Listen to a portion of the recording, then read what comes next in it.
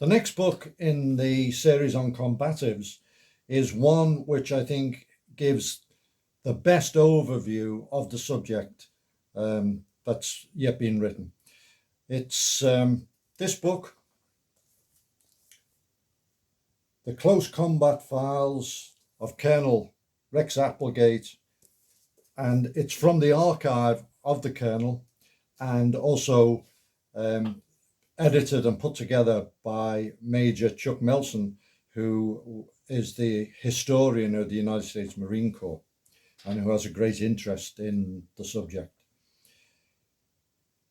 Going back in history, the book looks at the origins of thuggery, rough and tumble fighting, that kind of thing, before going on to the Shanghai School, Fairbairn and Sykes, how they created their programs in the world's most dangerous city at the time, Shanghai, and then came to the UK at the start of World War II, and were instructors at the Special Training Centre, Localot, for what became SOE, Special Operations Executive, and the Commandos and the Home Guard, and other organisations. Now, a while ago, I wrote an article called The Father of CQB, or in an article, I referred to Fairbairn as being the father of CQB. And I know some people disagree with that, but I've never had anyone establish someone else as the father of CQB. There's been names proposed of people who are really good at hand-to-hand combat or really good pistol shooters and so on, who taught a lot of people during World War II. But it depends on your definition. CQB is a cohesive subject, and Fairbairn taught unarmed methods. He taught the pistol. He had his own system which was created in Shanghai under operational conditions, close support weapon or subguns and so on. The knife, he's renowned. He actually designed, together with Sykes, the Fairbairn Sykes Commando dagger. And the stick, again, he had a unique stick program, and they were taught as a whole, so everything integrated, all the techniques flowed. So if you had a stoppage on one weapon, you could transfer to another. So that's CQB.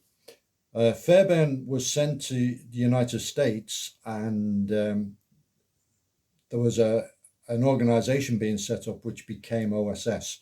And one of the chaps who recruited it into that was Rex Applegate.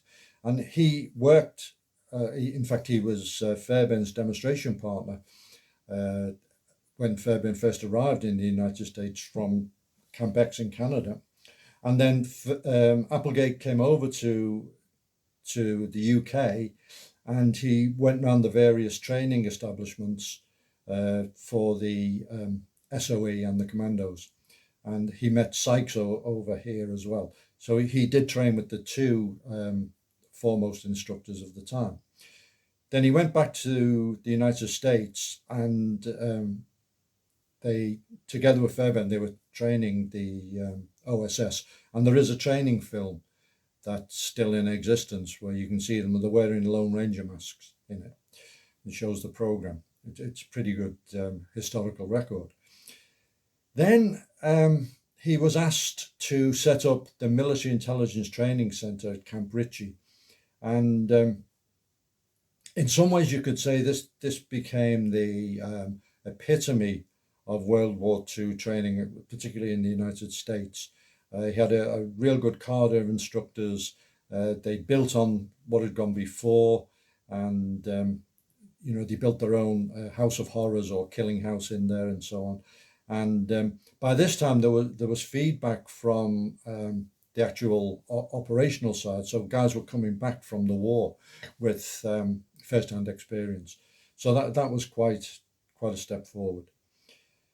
So this book, which presents all the different training syllabus outlines, right from the Shanghai days right through to MITC, in all the aspects, the hand-to-hand, the knife, etc., the firearms and everything, in detail with comments and elucidations on it. And as I said at the introduction, it's probably the best overview of the topic you can get. I thoroughly recommend it to anyone interested in the history of World War II military close combat. It's an absolute masterpiece, and it's a valuable addition to the library.